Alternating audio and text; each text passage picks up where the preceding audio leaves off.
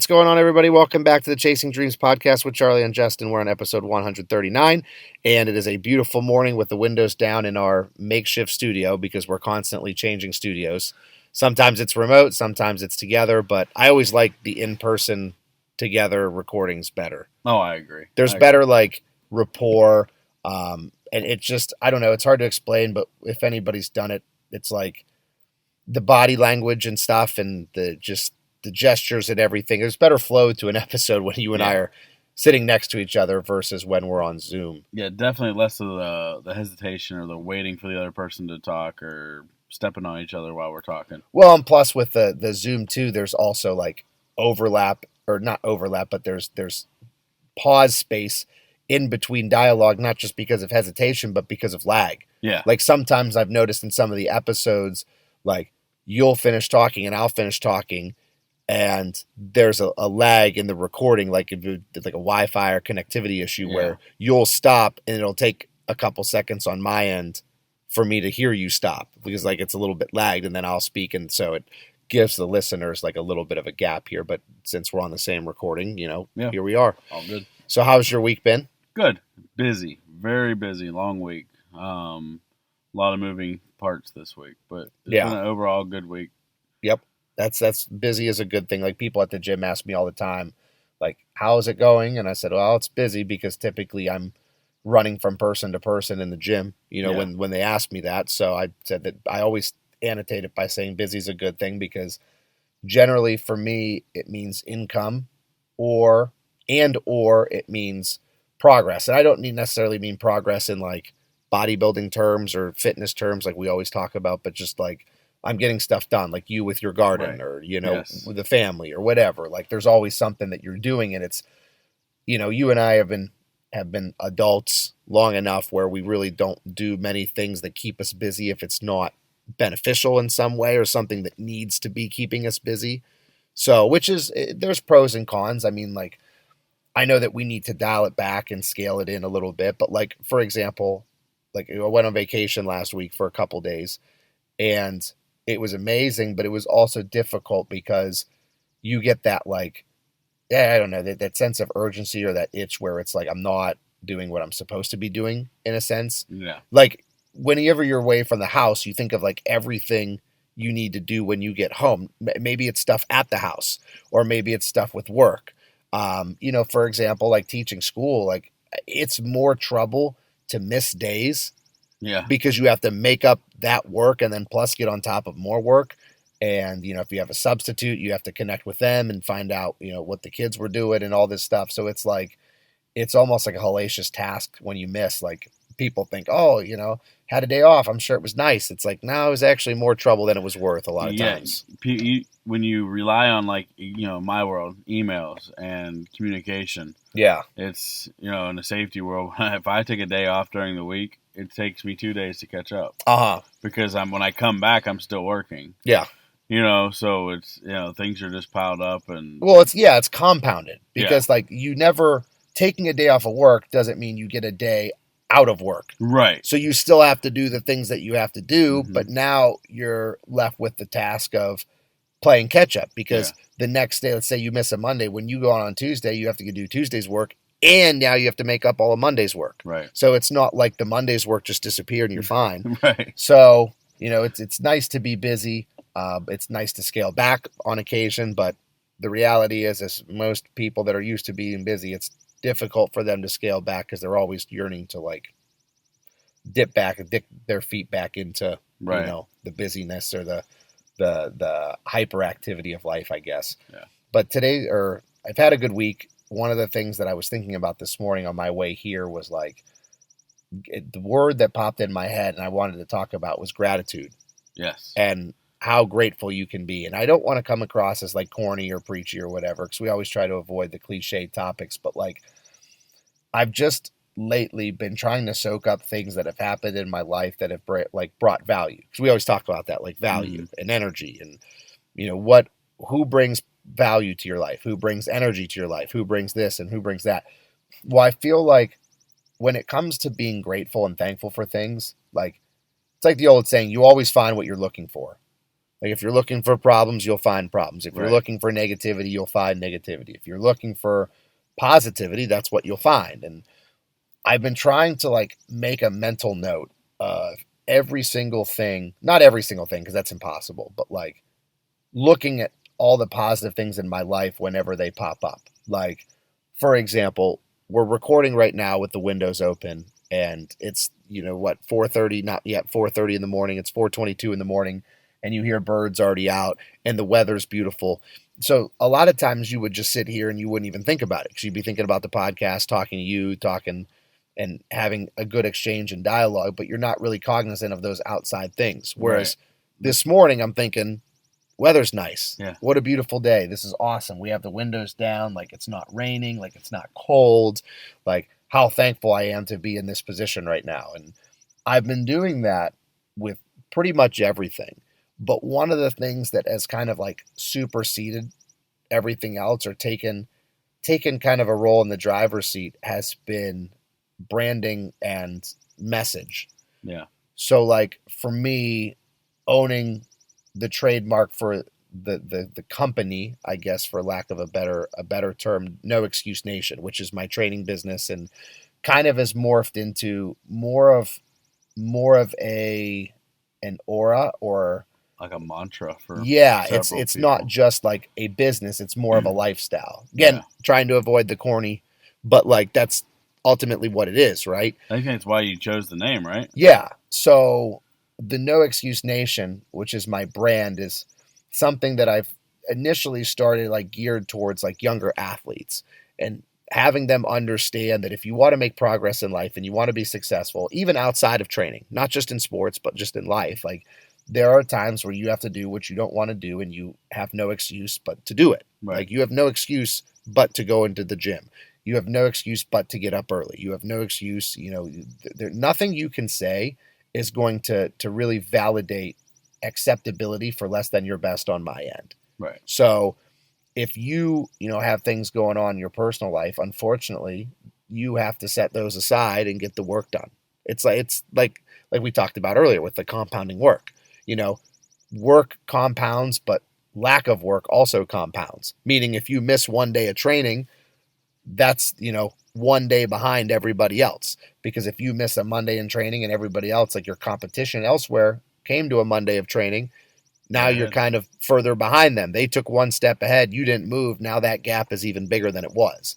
So in regards to gratefulness and feeling thankful for everything, there's been an immense amount of support with that. So like I started using t-shirts to help kind of spread the message. And that has grown and more people buy them and I see them everywhere. And, people like myself and actually yourself are wearing them right now. So like, it's kind of a little bit, I don't really know what the word is, but like humbling, I guess, where like you didn't think it would take off like this, but it really has. And I'm not saying like it's a multi-million-dollar corporation, like especially with the with the t-shirts, like I'm just selling them myself. Like I don't have an e-commerce store, like an online store. Like I just literally order them from my distributor, and I sell them quite literally out of the back of my car, like selling them out of my trunk, so it's like a very small manned operation here, but like it is spreading and it's really cool because I have parents all the time sending me pictures of their kids in the t-shirts, and like the kids will go to like these camps and send pictures of like not necessarily famous people, but the high athletes they meet, and like the athletes are holding up the shirts. And like I had Jay Cutler, who's one of the greatest bodybuilders to ever live, give my company a shout out, when I met him the one time. And I have like the brand is growing to the point where I'm getting an immense amount of support, which is awesome. Like I had someone the other day was out at the bar, and he sent me a picture and he said, even at the nightclub, and there was a picture of someone wearing one of the shirts out at the nightclub, so like It was pretty cool just to see that I get pictures and texts and DMs all the time of people wearing the shirts and saying no excuses, and people like tagging it and stuff, and people writing it on walls. And like, it was really overwhelming for me this past week because I've really been like hyper focused on it. Yeah. You know what I mean? So like you never understand how much support you have until you try to look and see how much support you have. So a couple things that does for me is it validates that I have a good group of people like yourself that I surround myself with, which we talk about that all the time. Yeah. And then it also validates that I'm obviously doing something right. If this many people are buying in, because like not many people are going to buy in if you're a crappy person. Right. So like, unless of course you can offer them something, which I don't have anything to offer these people other than, training, knowledge, and support and advice. But like, that's not enough for the brand to grow that much if you're not a good person. So I feel like that's pretty cool. So anyway, the whole point of me going on this tangent here is that it kind of came to a head yesterday where it was very ironic because I was thinking about how grateful I am and how much support I've received. And there was a little bit of an exchange on Instagram between some mutual friends of ours and Dr. Edwin Adams, who was a former guest of the show, I think episode number 112. 112, I think so, yeah. Okay, I pulled that completely out of my butt, so I hope that it's accurate. If not, so we'll tag it. Yeah, so somewhere in that range, we had Dr. Edwin Adams, who is an amazing, amazing human being, brilliant individual, super supportive, has a million different things that he's invested in. Yeah. But what I would settle on as his title is, above his professional titles of like a pharmacist and he's like in research, and I think he does genetic work and stuff like that, is he's like a leader of men. So that's one of his things, is targeting a male audience, the male demographic, and trying to galvanize us as men, find out what makes us tick, find out how we can be better leaders, find out how we can come together. And that's really his shtick. But anyway, he was talking to me and said something about online, because I posted a picture of the t-shirts and said that I was ordering more apparel, and because I've had tons of requests for people wanting more stuff. So I'm going to put in an order for more t-shirts and hoodies, blah, blah, blah. And he said it's something along the lines of like that t-shirts are old news and now you got to start getting tattoos. And I, in jest, made a comment about if anybody were to get a tattoo, they'd have free training for life. And there was a couple people that some conversations transpired back and forth very briefly, and that was that. So anyway, a mutual friend of ours, a training partner of ours, Trevor texted me yesterday. And again, this is all very coincidental considering leading up to this, like I told you, I have been thinking about how grateful I am that people are buying into this message forever. Right. Because when it started, it was you, me, a couple people and now it's grown. So Trevor messaged me and said, hey, he said, is it no excuses or no excuse? And I said, well, it's no excuse, Nation, because I felt like it had better flow. I don't want to say flew better, but it flowed better. Yeah. And, with my name, initially, it was No Excuse Charlie, not No Excuses Charlie, No Excuse Charlie. So I just felt like it flowed better. I said, so technically it's no excuse. He had actually called me, and I couldn't answer. Text him and said, I can't answer right now. Is everything okay? Because it was weird that he called me in the middle of the day.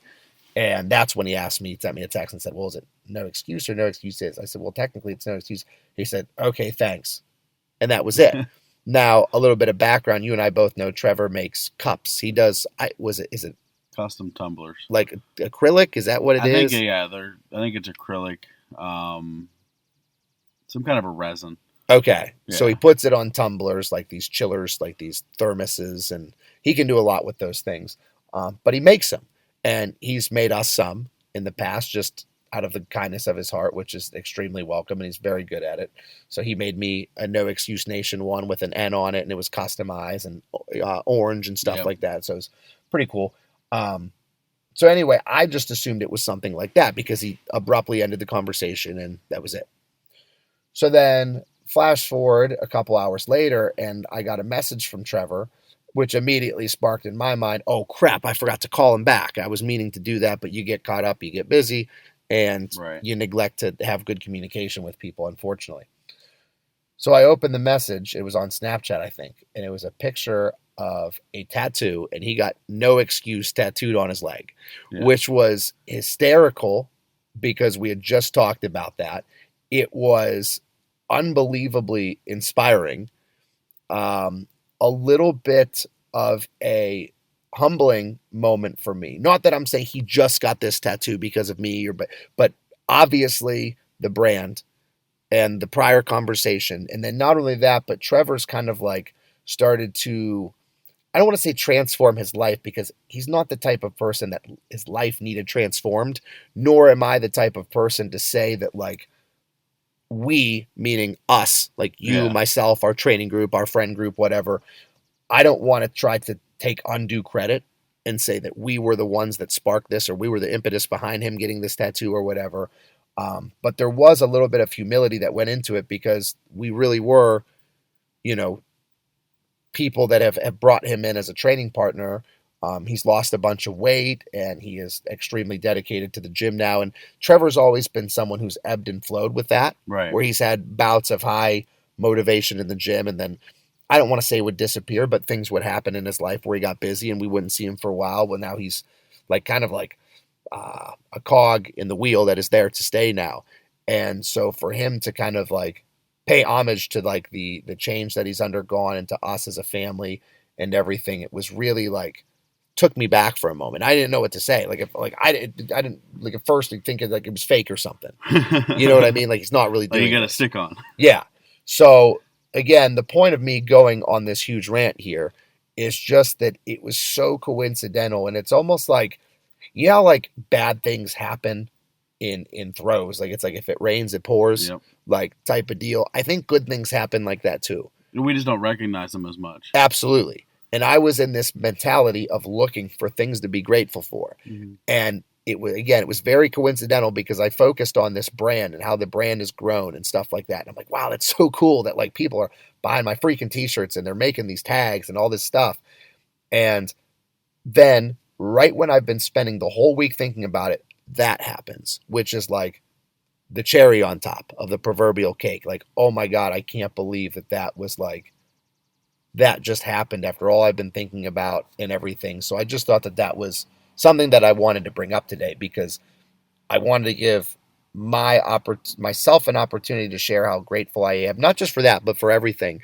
And then kind of like open the floor for you to kind of converse as well into that, because I'm sure that there are things in your life that you're unbelievably thankful for. That I think that the reason I wanted to do this was not to brag or like talk about how good our lives are, but it's therapeutic for me and for you, I'm sure, to talk about how positive our lives can be if we really focus on them. And then not only that, but maybe we can say things that we're thankful for in our life or grateful for that kind of like elicits a little bit of like a spark in someone else's brain. Like someone who's maybe not super positive right now, or maybe not in the greatest mental place, or even if you're not in a bad mental place, maybe you're just like mundane with your mentality. Like it's just kind of going through the routine of day-to-day life. Like, yeah, my life's okay. But maybe we say something that sparks a thought in their brain. Like, oh man, I never really thought, but I should be thankful for that too. I have a lot of that going on in my life or whatever.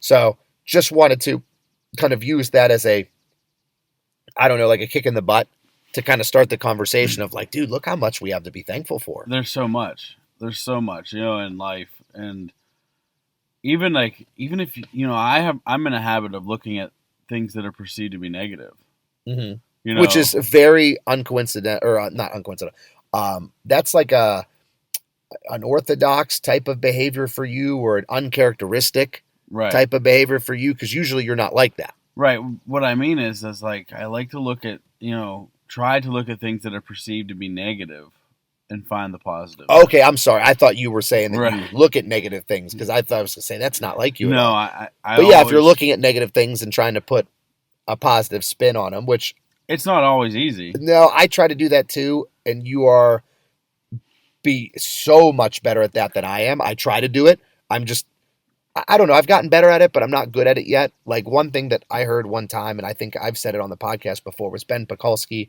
had said, like, looking at obstacles as opportunities. Absolutely. Yeah. It's so hard to do that, dude. It's but to me, it's one of the hardest things to do. It's very easy to say when you don't have obstacles. Right.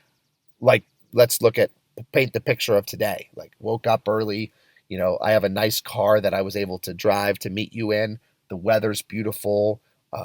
Everything's going well in my life right now. So like, I don't really have much to complain about. So it's easy for me to say, hey dude, look at obstacles as opportunities. We can overcome this. Right. But then if my car were to break down on the way home, all of a sudden I'm not going to look at that as an opportunity. it's going to be very, very difficult for me to look at that and try to overcome it. It's really simple for when your car breaks down to jump right to the negative. Yeah. And not look at it and say, well, at least it didn't happen in the lane of travel. At least I didn't get hit by that semi behind me. Yep. Looking at trying to just, looking at all situations and saying there's got to be something that's not negative. Mm-hmm. One thing that's helped me is when I have negative situations is it's so hard for me right now where I'm at in my maturity stage, because I'm not a fully matured person, and I don't think I ever will be, nor are any of us ever fully matured, so to speak. But one thing that's helped me is, because it's so difficult for me to find the positives in negative situations, is the one positive I can always have in every negative situation is this is testing me. Mm-hmm. Because I've always been a person where, admittedly, I don't handle negative circumstance very well, or I hadn't in the past. Like, there was a period in my life where I had some anger management issues, and I didn't take too well to things, which is funny because some people nowadays, if you tell them that, I've gotten so much better at that, people would be like, you were in anger management? Like, that's crazy. But like, there were some times in my life where I wasn't very apt to dealing with these things. Right. So maybe my car breaks down and I don't have the foresight or the hindsight to be able to say, well, at least I wasn't in oncoming traffic, or like you said, or at least, I have the financial means and the insurance to cover this, or at least, I might not have that. But what I always will have is, okay, this is going to test my patience. And the more issues that I have that test my patience, I think the better that the more patient that I will ultimately become because of this. Right. So that's the one positive thing that I can keep going back to and saying, okay, this is a test. This is a test. This is a test. This is a test. So You've at least I always for this test. Yeah, exactly. I studied for this test and I still am not prepared. Right. But that's one thing that I can always go back to. Yeah. But it's like an invaluable type of trait for you to have that, where you can look at your life and say, I am someone who takes pride in always finding positive, or always trying to find positives and negatives. Yeah, and then I'm, you say it all the time that I'm like hyperly positive, or I don't know the exact verbiage you use, but it's uncharacteristic for me to not be positive in times, and that's because like adversity, and I don't think I've had. To me, it's a lot of adversity, but in the grand scheme of things, being overweight, whatever, is not that crazy to everybody, for the big picture. So, but like overcoming some adversities and stuff, and then thinking about everything that's ever went on, and it's like, why not be positive? Yeah. In my head. So it doesn't come, it is hard because, sometimes it's forced. Yeah. And I don't think there's a problem with that. Because the things sometimes like you said, there's no excuses.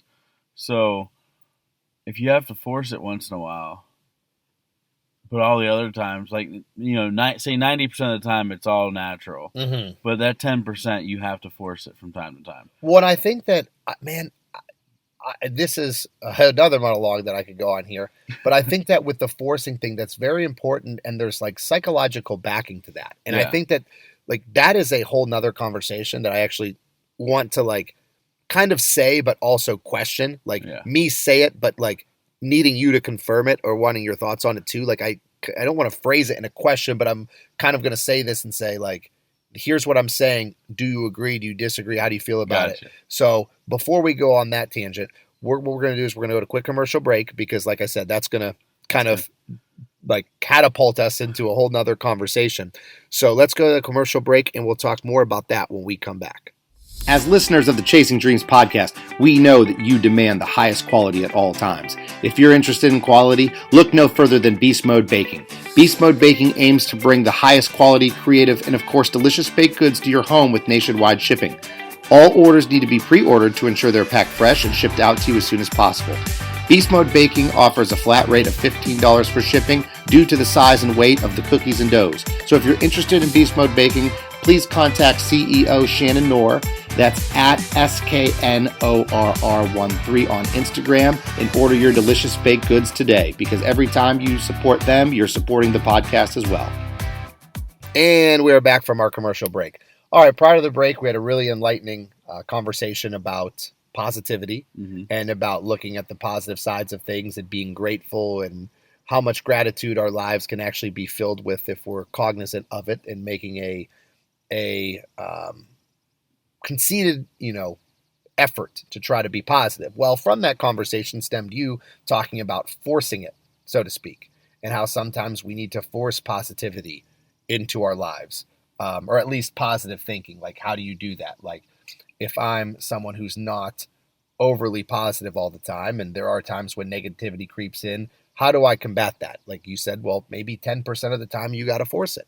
Now, the reason I wanted to bring this up again, and it's going to kind of elicit a whole nother type of conversation, but I think the forcing it is so important because of the psychology of how you speak to yourself. Right. So this is kind of a side tangent, but there's a lot of research that shows the words that you use are very impactful, even if you say them in a casual manner. So if you say to yourself, like, I'm no good, or oh, I'm just a piece of crap, and you say that jokingly, because there's a lot of people that are like self-demeaning in a social setting as a joke, like, oh, I'm so fat, or you guys know me, I'm just worthless, like I'm just a piece of crap, whatever. Those words can actually resonate a lot deeper with your psychology They than settle deep in your brain. More than you would realize. Mm-hmm. And I have one athlete in particular, and she pops in my mind instantly when I talk about this stuff, and I love her to death. And she is quite literally the best athlete in her sport in the entire state. So she's a West Virginia girl, and she is the best softball player in the state of West Virginia, not only by like anecdotal stuff, but by accolades. Like, she's won all these awards, first team all state, all state pitcher. Like, she's the best. And one of the things that her and I have been combating, and I say her and I because I'm just as much a part of, this journey for her as she is at least I have as much stake in it. Right. And is her confidence. And it's so weird because the one position that requires the most amount of confidence in any sport is a pitcher in softball or baseball, I would argue. Maybe a quarterback in football, maybe a goalie in some sports, but you need to have a short memory. You need to be able to shake stuff off. You need to be able to have confidence. And with her, she's constantly underplaying her abilities. There's good and bad to that. And, she I think that I've told her before. I know I've told her before, but I think that one of the things that is a benefit to that is that it keeps her hungry and keeps her working because she's never good enough in her own mind and she can always get better. So that, I think, is what makes her a joy for me to train. Yeah. Because she's constantly self-assessing and, oh, that wasn't a good rep, I got to redo that set, or I didn't feel very fast on that one, let me redo that. Like, she's constantly like not putting herself down, but looking for areas to improve, which is awesome. But that has transcended the softball field. And she's a multi-sport athlete. She plays several sports. She played soccer. She played, basketball, all that stuff. Where that has now taken on to, like, her looks. And sometimes she's a little bit self-deprecating in that regard. And she, doesn't think that she's very attractive. And so I've had these conversations with her about constantly, like, wishing that she would see herself as other people see her. And the reason I'm telling you this is because one of the things she does is that self-injurious type of talk. Like, she doesn't even realize that she's breaking herself down, which, like, I'm no good or whatever. So when I ask her, hey, how'd you pitch this weekend? And she's in South Carolina now. And last week she was in Columbus, and she's constantly traveling across the country at all these tournaments. Hey, how'd you pitch, last week in Buffalo? Well, I was okay. It wasn't really that great, to be honest. I think I sucked. Then I talked to her teammates and her family, and she's like, oh, she pitched well. She did really, really good. But she doesn't see that. So I always talk to her about how those negative thoughts or those negative, like the negative self-speech can creep in and start to chip away at your psyche. And I always tried to be like effusive with positivity with her because she needs that. Mm-hmm. Some people need to be chipped away at a little bit with not some negativity, but some harsher criticism, ego check. Yeah, sure. So I think that when you force that positivity, because what I'm talking about with her is a little bit of negative self-talk that can bring you down. But if you force that positive self-image and you force that positive outlook, even if it's not genuine, like you're trying to make it genuine, but it's not there. I think that eventually, it's like the Kai Greene saying, thoughts become things. Yeah. I think that if you hammer that home and you try to stay positive no matter what, like that in turn will make things positive for you. Mm-hmm. I don't want to underplay the importance of faking it. Right. You know what I mean? And like maybe a poor analogy here, but it's like the sleep schedule. Like if you want to wake up, because I was at one point in my life where I was so well auto-regulated with my sleep patterns that I could get up without an alarm clock at the exact same time every single day, and I could go to bed at the exact same time every single day. Now, when you're trying to get to that point, there's points where you have to force yourself to go to bed. You know, you can't force yourself asleep, but you got to force yourself to go to bed to try to fall asleep early. Likewise, when your alarm goes off, you may want to hit snooze, you want to sleep in, but you have to force yourself to get up if you're trying to instill a better sleep pattern. And then eventually it's going to be natural where you don't have to force it. And I think that's the positivity thing. Like, you have to try to search. You have to try to fake it and say, ha, I'm in a good mood today. I'm going to look at the positives and, grin and kind of grit your teeth as you go through some stuff, because it's not always going to be good. And I know that you and I have talked, ad nauseum about this point, about this is how we come across as positive to some people, but it's not always like that. Yeah, it's not. It's really not. And that's kind of where I was going with that is positivity is very important, but you have to, like you said, the faking it thing. I think it's important to, if you need to have a negative moment, keep that to yourself. You can do that, or to your circle.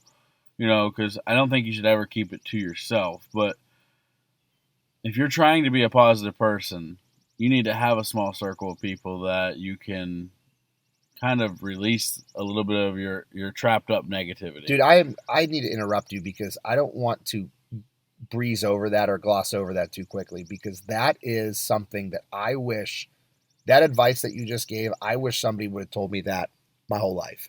Yeah. Initially, I was the type of person that took my bad days out on other people. Mm-hmm. I would be short with people. I would be borderline aggressive with people and very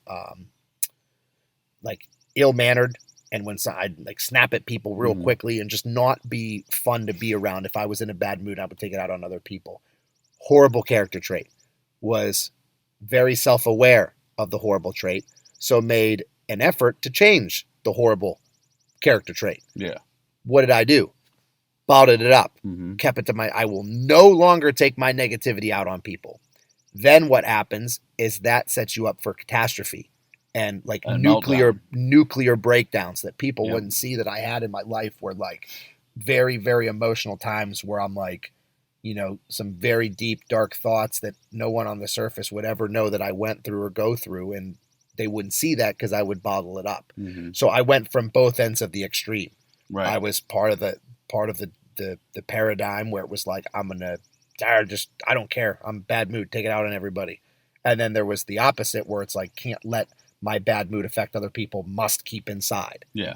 So I am so thankful that you said that, because I hope that there's somebody out there that takes that to heart, because I wish somebody would have told me that about it's okay to be negative, but you don't let everybody see it and let it affect other people, but you also don't keep it inside. Yeah. Find some people that will accept it and will be comfortable, that you're comfortable with talking about. Yeah, or even if you don't talk, because, especially with our group, with men in general, I'm sure Dr. Adams would be able to chime in on this at some point in the future, but men don't talk about their feelings. Uh-huh. We don't have that where we have a long conversation. We should, but we don't. We should, but we don't. Stereotypically, obviously, there's some of us. I do. Mm-hmm. I know. I'm a little different in that regard. That if I can, I will. Yeah. If the crowd allows it. Yeah. So to speak.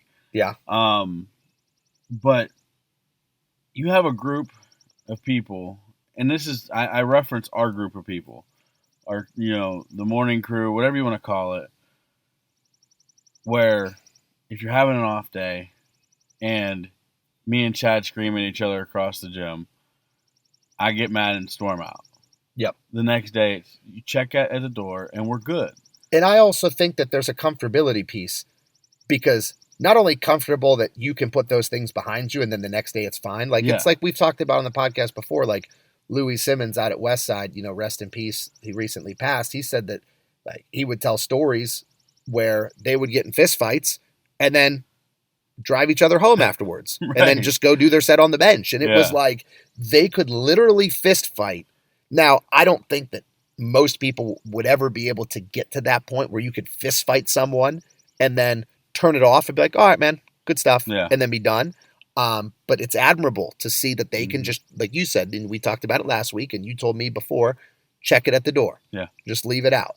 But I think there's comfortability in being able to read people. Yeah. Like, if you're having a bad day at the gym, I know that I need to talk to you and sit down and have a conversation with you, and not necessarily make you feel good, but like, hey, dude, how you doing? I know you're not right now. You seem off. Like, are you okay? Is everything all right? If Chad's having a bad day at the gym, I know just to leave him alone, because you can tell right away based on body language if he's short and stuff, and I just let him go. Yeah. I will purposefully ignore him because I know that that's what he needs. Yeah. So like, this is what you do. So how to that comfort piece, how to treat everybody a little bit differently. But it is important, I think, to be in a comfortable group. And like you said, when you're in a negative situation, even if you're looking for positives, but you're in a negative situation, try to find the blend between not letting it affect other people, but don't entirely keep it to yourself. Yeah. I think that there's twofold here, because we said, you have to find people that you're comfortable talking to. But I think the other end of it is find people that are comfortable listening. Absolutely. Because you may feel comfortable throwing that on someone. You ever been in a conversation where someone throws something hyper, like over the top, grenade, emotionally jarring at you, and you're like, oh, I didn't know it was that kind of party. Yeah, I don't know what to say to that. Like, when they have a Several conversation times. about, and you don't know how to react. Yeah. And it's just like, I want to react with something that's going to be a benefit to you, but I don't know what to say to you. For some reason, I've actually said that. Basically word for word. Like, I want to be able to answer have an answer to what you said, but I literally don't know what to say, but I'll listen. Yeah. And I've had that where it's like, holy crap, like, I'm actually feeling guilty that I'm the one you're coming to because of it, or to talk about this with, because I don't feel like I have much insight. I don't, like, I'll tell people too, like, I can't give you anything other than a good set of ears. Like, I will listen to you and let you vent. I don't know if I can be solution oriented in this instance, because there's not really much I can tell you. I don't have experience. I get that a lot with the kids at school, where I'll have kids come to me, and not just kids I train, kids in class that I've had over the years, kids that I have unbelievable relationships with. And I have these instances where kids will come to me and tell me things that, like, I can't even believe, like, stuff in their personal life, things that are going on at home, things that they've been through. And I tell them, I'm glad that you come to me, because that shows, number one, comfort. But I also hope that because you see me as a solution-oriented individual, you won't be mad at me if I don't have advice, or you won't be upset if I don't have advice for this particular situation, because a lot of times we lack context of other people. Like, they can try to provide the context of what they go through, but like, if I've never experienced that, how can I give advice on it? Right. So it's very important that when you have these conversations with people that you feel comfortable around, make sure they feel comfortable receiving potentially, like, emotional information. Like, I do. It sucks when I don't have advice to give people, but I'm also one that doesn't mind listening. You can tell me anything. I know that sounds cliche, but like, literally, I'm the type of person, you can tell me anything. I've heard it all at this point, And I'm a vault. Yes. Yeah. I pride myself on that. I'm a vault. When I was younger, I had let, a couple small things slip through the vault that hurt a relationship or two. Yep. And we all have. I've vowed since then that what you tell me is none of my business to tell anybody else, unless you say, hey, let somebody else know. The only instance, in a little bit different scenario, different lifestyles here, the only instance where I've always prefaced it and said that this first, but the only instance where it would be different on my end is when it's with students and there's someone that could get hurt because of the information that they give me. No doubt. So there's obviously like a protocol in place. There's a moral code. Yeah, where you have to report things to certain people, whether it's, heaven forbid, like child services, or you have to report it to the higher ups. And a lot of times the kids will come to me specifically because there's the trust. Yeah, like the vault. Like, you're not going to tell. And I have that conversation with parents. Like, hey, when your kid comes to me, I know things about your kid that you don't know. And I'm not going to keep things from you.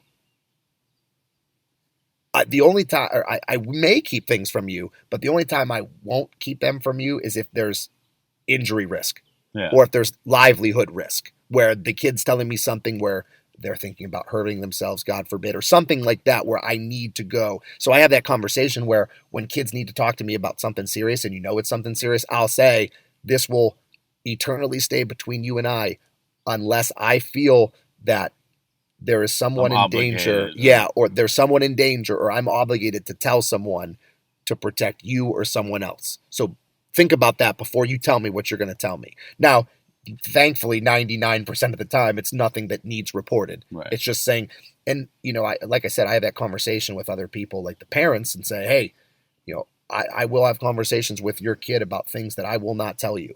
Just because if I tell you and then you go tell the kid, guess who's never going to get the information? Either of us. Yeah. Because they're coming to me because they trust me. Where if they don't tell you, and now they're not going to tell me because I told you and I broke their trust, now they're not going to tell anybody. So neither of us is going to know what's going on. But more importantly, now they don't have anybody to talk to. Yes. Because their trust has been scorched. Yep. Scorned, whatever the word is. All it takes is one person to break your trust, and then you don't trust anybody. And it really does. It's like in a relationship. Yeah. Like if someone breaks your trust, then some people have trouble being in a relationship ever again because of it. So I think that's a terrible position to be in. But let's start to talk about now, back to positivity. I was going to say, yeah. Let's talk about some actionable steps. So what do you do? What do you do if you're a listener and you're listening to this? And what do we continue to do or try to do in our lives? I mean, obviously we said that forcing, the one actionable step is you can force positivity. It's okay. It starts with a smile. Yeah. Okay. Perfect. To me, and that's something I tell people all the time is it doesn't matter who it is. What's the percentage of body language or the percentage of communication that's nonverbal? Like it's a high percentage. I forget what it is, but like I can't remember either. So like maybe you can't fake your words, but fake your body language. Right. Try to smile through bad situations. Yeah.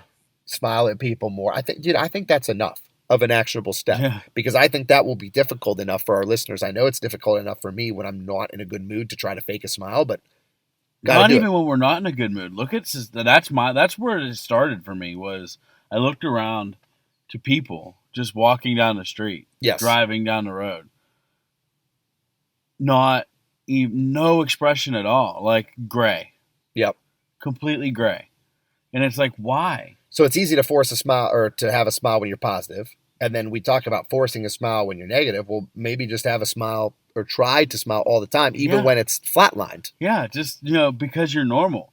Because I mean, it's harder to frown than it is to smile. Yep.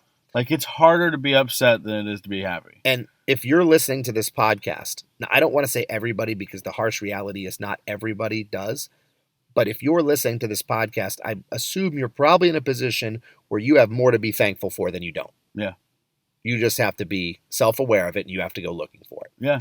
Now, I want to end with a quote that I heard because it's very appropriate to end a conversation or to end a podcast. I saw a thing on Twitter that said, it's completely unrelated to this topic. Oh, okay. It said, you have to value your time because if you don't, no one else will. And I think that fit in perfectly with what we've been saying about time management. And, I thought that was a perfect way to end the podcast today because we have to be respectful of our own time. Because it's 5:00 now, which is training time. Mm-hmm. So have to head to the gym and see the training partners. So I think that would be a pretty abrupt, but an appropriate abrupt ending I agree. To a podcast. So with that, we have come to the end of another episode of the Chasing Dreams podcast with Charlie and Justin. This has been episode 139. As always, we appreciate your listenership, and we look forward to hearing back from you guys next week. Unbreakable, unstoppable, I'm pushed to the